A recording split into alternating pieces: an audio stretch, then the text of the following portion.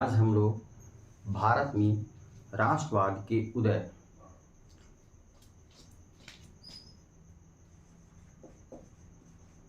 भारत में राष्ट्रवाद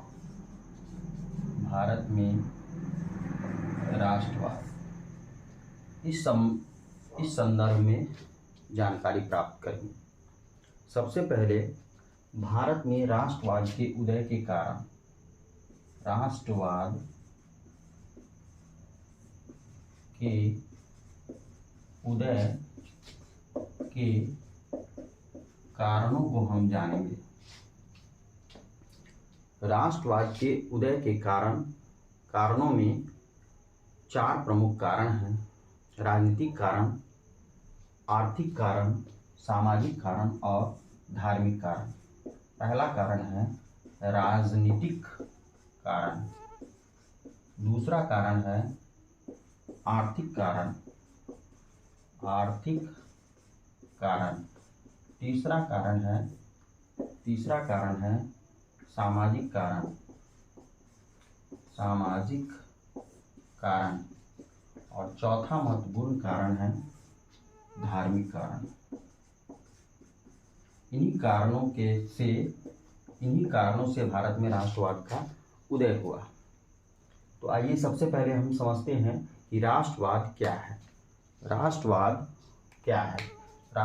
वास्तव में राष्ट्रीय भावना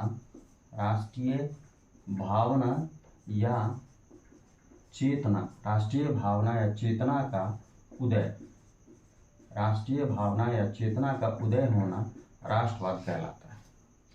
राष्ट्रीय भावना या चेतना का उदय होना राष्ट्रवाद कहलाता है। अर्थात राष्ट्रवाद का शाब्दिक अर्थ राष्ट्रीय भावना या चेतना का उदय होना है। ऐसी राष्ट्रीय भावना या चेतना का उदय होना जिसमें सामाजिक, आर्थिक, राजनीतिक और सांस्कृतिक एकीकरण का आभास हो, उसे हम राष्ट्रवाद कहते हैं। राष्ट्रवाद अर्थात राष्ट्रीय भावना या चेतना का उदय होना राष्ट्रवाद का शाब्दिक अर्थ है। अर्थात राष्ट्रवाद एक ऐसी भावना है जो उस क्षेत्र में रहने वाले सभी लोगों को आपस में एकजुट करता है। आइए राष्ट्रवाद के उदय के कारणों को हम समझते हैं। राष्ट्रवाद के उदय के प्रमुख कारण हैं राजनीतिक कारण, आर्थिक कारण, सामाजिक कारण और धार्मिक कारण। सबसे पहले हम राजनीतिक कारण को समझने का प्रयास करते हैं। राजनीतिक कारण में ब्रिटिश शासक साम्राज्यवादी नीति के पोषक थे। उनके द्वारा प्रशासनिक नीतियों में काफी बदलाव किया गया। ब्रिटिश शासक साम्राज्यवादी नीति के पोषक थे। उनके द्वारा प्रशासनिक कार्यों में बदलाव किया गया। 1858 ईस्वी में सभी देशी राज्यों को ब्रिटिश साम्राज्य के अधीन किया गया। ब्रिटिश सरकार के द्वारा कई कठोर नियम कानून लागू किए गए, जिससे भारतीयों में असंतोष की भावना बढ़ने लगी। ब्रिटिश सरकार के द्वारा vernacular press act, Indian press act, arms act, देशद्रोही सभा अधिनियम, विश्वविद्यालय अधिनियम इत्यादि कठोर नियम कानून लागू किए गए। इसके साथ साथ लॉर्ड डलहौजी की संरचनात्मक कार्य योजना और अंग्रेजी शिक्षा नीति ने भी राष्ट्रवाद को आगे बढ़ाया। ये प्रमुख राजनीतिक कारण के अंतर्गत आते हैं। अब आइए आर्थिक कारण को हम समझने का प्रयास करते हैं। राजनीतिक कारण के बाद दूसरा है आर्थिक कारण। आर्थिक कारण अर्थात अंग्रेजों के द्वारा जो आर्थिक नीति लागू की गई थी उससे भारतीय कृषि और कुटीर उद्योग मुख्य रूप से नष्ट होने लगे थे। जमींदारों के द्वारा किसानों से अधिक कर वसूला जाता था। मजदूर, किसान तथा कामगारों का शोषण किया जाता था। काफी शोषण किया जाता था। भारत में बने कपड़े के निर्यात पर कई प्रकार के प्रतिबंध लगाए गए थे। भारत में बने कपड़े के निर्यात पर कई प्रकार के प्रतिबंध लगाए गए थे, जबकि इंग्लैंड से बने कपड़े की बिक्री पर भारत में किसी प्रकार का कोई प्रतिबंध नहीं था।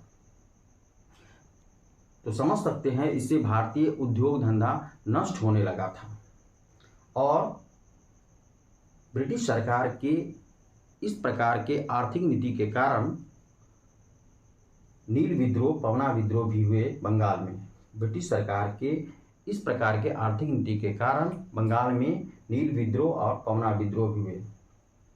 अब आइए तीसरा सामाजिक कारण को समझते हैं। सामाजिक कारण, अंग्रेज अपने आप को सर्वश्रेष्ठ एवं भारतीयों को हे दृष्टि से देखते थे, घृणा की दृष्टि से देखते थे। भारतीयों के साथ घृणा का व्यवहार करते थे। भारतीयों के साथ व्यवहार उनका ठीक नहीं था। भारतीयों के साथ हमेशा दुर्व्यवहार करते थे तथा पक्षपात की नीति अपनाते थे, जिस कारण शिक्षित वर्ग एवं मध्यम वर्ग में राष्ट्रीयता की भावना का विकास होने लगा। अंग्रेज अपने को श्रेष्ठ और भारतीयों को हे दृष्टि से देखते थे। वे सभी जगहों पर भारतीयों के साथ दुर्व्यवहार करते थे। रेलगाड़ी, क्लबों, सड़कों, होटलों, सरकारी सेवाओं में भारतीयों के साथ दुर्व्यवहार करते थे तथा पक्षपात की नीति को अपनाए हुए थे। इससे भारतीय शिक्षित वर्ग एवं मध्यम वर्ग में राष्ट्रीयता की भावना का विकास होने लगा। यह सामाजिक कारण के अंतर्गत आता है। अब आइए चौथा नंबर में है धार्मिक कारण। धार्मिक कारण के अंतर्गत भारत में अनेक महापुरुषों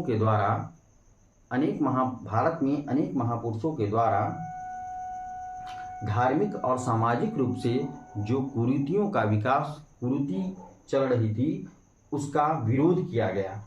कुरीतियों के विरुद्ध आवाज उठाई गई और जनमानस में राष्ट्रीयता की भावना का विकास होने लगा। उन महापुरुषों में स्वामी दयानंद सरस्वती, स्वामी ईश्वरचंद्र विद्यासागर, स्वामी दयानंद सरस्वती, स्वामी विवेकानंद, इन महापुरुषों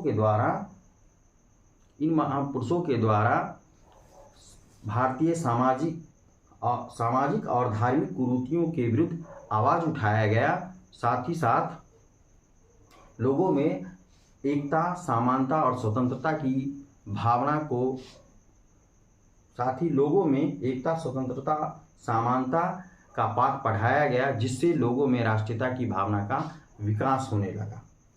तो इन्हीं सब कारणों से भारत में राष्ट्रवाद का विकास हुआ या राष्ट्रवाद का उदय हुआ।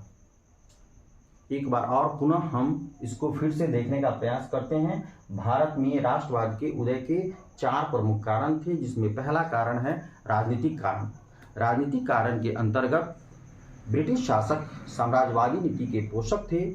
उनके द्वारा प्रशासनिक नीतियों में काफ़ी बदलाव किया गया।